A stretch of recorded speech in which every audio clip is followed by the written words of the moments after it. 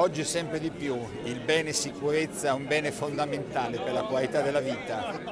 Esserci sempre è il modo migliore per rispondere a questo bisogno, a questo obiettivo, e quindi esserci sempre in ogni momento, esserci sempre con una maggiore visibilità, una maggior presenza sul territorio, con una capacità di accoglienza, con una prossimità che possa far recuperare ai cittadini il piacere della socializzazione, di vivere all'aperto, di vivere in una società aperta, democratica, accogliente. La Polizia di Stato oggi celebra i 165 anni della sua nascita con questa rinnovata missione: far sì che questo bene così importante possa essere veramente garantito a tutti, ai più bisognevoli, ai più deboli, ai bambini, alle donne, agli adulti, al mondo imprenditoriale, a tutti. È un augurio che oggi noi facciamo a noi stessi, ma facciamo a tutta la collettività e a tutte le comunità. La gente deve sapere che c'è una polizia di cui può fidarsi, che può chiamare in ogni momento,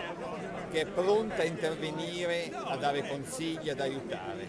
Io credo che questo sia il più bel messaggio che noi possiamo dare oggi in occasione della nostra festa, della nostra ricorrenza, in cui ricordiamo i nostri caduti, la gente che ha pagato con la vita un impegno quotidiano, ricordiamo i nostri eroi normali e ricordiamo chi fa, uomini e donne, che con passione e dedizione fanno il loro lavoro.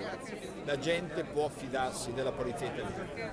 Oggi sono stati consegnati dei riconoscimenti a tanti operatori per l'attività quotidiana nel contrasto a tutte le forme di criminalità, ma in particolar modo a coloro che si sono distinti nell'attività di soccorso fatta con professionalità, con umanità, con prontezza.